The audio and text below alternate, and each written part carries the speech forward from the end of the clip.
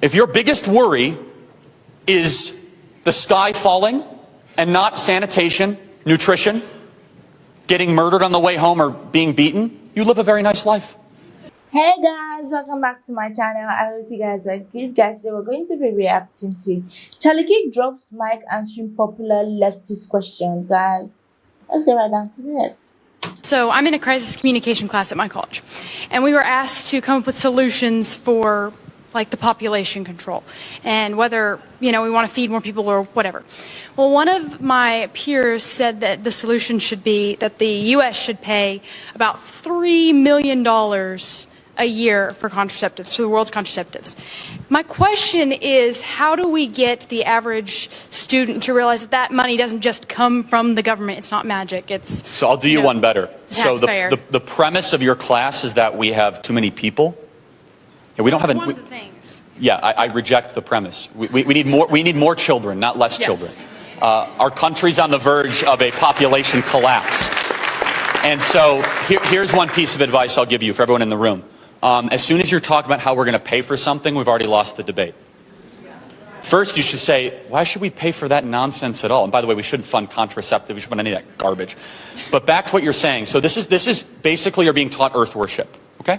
And that's what's being taught in most schools, which is somehow we must put the earth above the well-being of human beings. Remember, we have a pro-human agenda, right? Now, we shouldn't abuse the earth. We shouldn't pollute the rivers or the lakes. But always we should have a belief in human supremacy. I know that's like a weird thing to say, but that's basically where this conversation goes right now. I believe human beings are image bearers. You're made in the image of God. Every life is a gift, should be preserved and protected. We have 1 million abortions a year every single year. And I believe if you can't get that issue right, then look at all the other issues you screw up beyond that. But also, this is something that happens in the academy far too often, which is we have too many people, we need to get rid of population. I'm going to make a prediction that's the opposite. In 30 years, we're going to see declining population like you've never seen before. We're already seeing it here in America.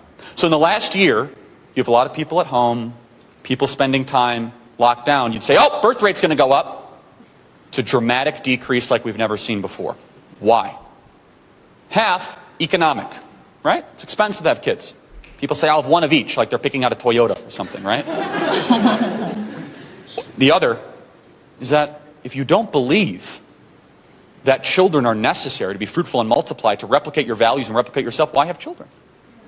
So if you don't teach people that having children is necessary, and those of us that believe in the Bible, we have an answer for that. It's like the second chapter of the Bible, be fruitful and multiply. Might be the third. Anyway, the point is that it's right there. Then why have children? If you actually believe that climate change is an existential threat, which is complete gibberish, nonsense, and balderdash, and all of you guys should be unafraid to push back against all that garbage, because it's designed for one thing, power and control. And let me just tell you something that is a general rule. If your biggest worry in life is existential, you live a great life.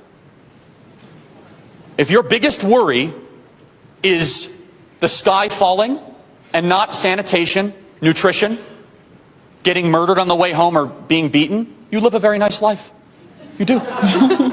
This climate change nonsense can only happen in a rich, generally peaceful society.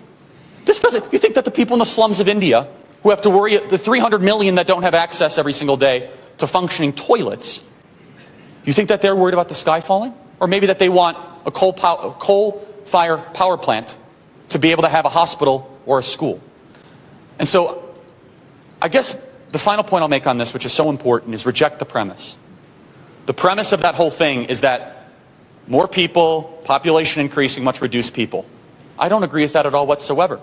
I think that we have a commandment to be fruitful and multiply. I do not believe even close that human population is what is destroying the entire earth. And even beyond that, I think that if that's their biggest concern, it's nice to lightly remind them that you live a great life. Maybe you should worry about improving yourself, not destroying the world around you. Thank you. It's good. Thank you. So first off, I think that if you believe the human population is what it is affecting climate change, then For real, that's ridiculous. I mean, for real. Because, okay, let's take the religion aspect. God said, be fruitful and multiply. Meaning, when you get married, you should have kids. The kids are going to take after you and have kids. And those kids are going to take after them and have more kids. So you have to be fruitful and multiply for life to continue, because whatever happens, life goes on. Very important. So if you have the ideology of human population is affecting climate change, and it's just, it's crazy. I feel it's crazy. I mean, like, you're thinking of how to decrease human population when we should be thinking of, I mean, there's so many people right now that are committing abortion, which is a really, really bad thing. There's so many married couples right now that are like, oh, I don't want to have a kid. Oh, it's so stressful. I mean, having children these days, it's just like, I'm not going to be able to work properly. I'm not going to be able to think properly. I'm going to have so many things on my hand. But what you don't know is children are gifts from God. They are really, really, really adorable human beings.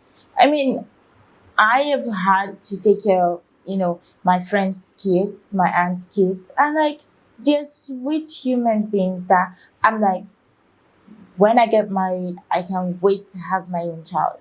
That should be the feeling. You shouldn't be thinking of how to reduce human population. I mean, I really believe this one, that if that is your greatest worry, your greatest concern, you really don't have issue in life. You don't have problems in life. You should just focus on making yourself a better human being, because you don't have problem if that's the only thing you're worrying about. You don't have issues. I can tell you for a fact that you don't have problems in life. I mean, so many people are scared of, you know, untimely death. So many people are scared of having accidents on their way back home. So many people are scared of being murdered by maybe a stray bullet. So many people are worried about how to deal with their economic crisis. And what you're worrying about is human population, how to decrease it. For real. Oh, you don't have problem. You don't have problem. I tell you for a fact, you don't have problem. I mean, we should reject the premise, because it is a wrong ideology to think that human population is affecting, like, the earth. Like, it's crazy to think that. But guys, tell me what you think about this, because if I'm going to say something is really affecting the climate change, I'm going to say that maybe it's what should I say, maybe the industrial gas and other things that pollute the air. I'm gonna put that out. But you actually saying human population, like, that's crazy. But guys, tell me what you think about this. Don't forget to like, subscribe to my channel. I love you guys.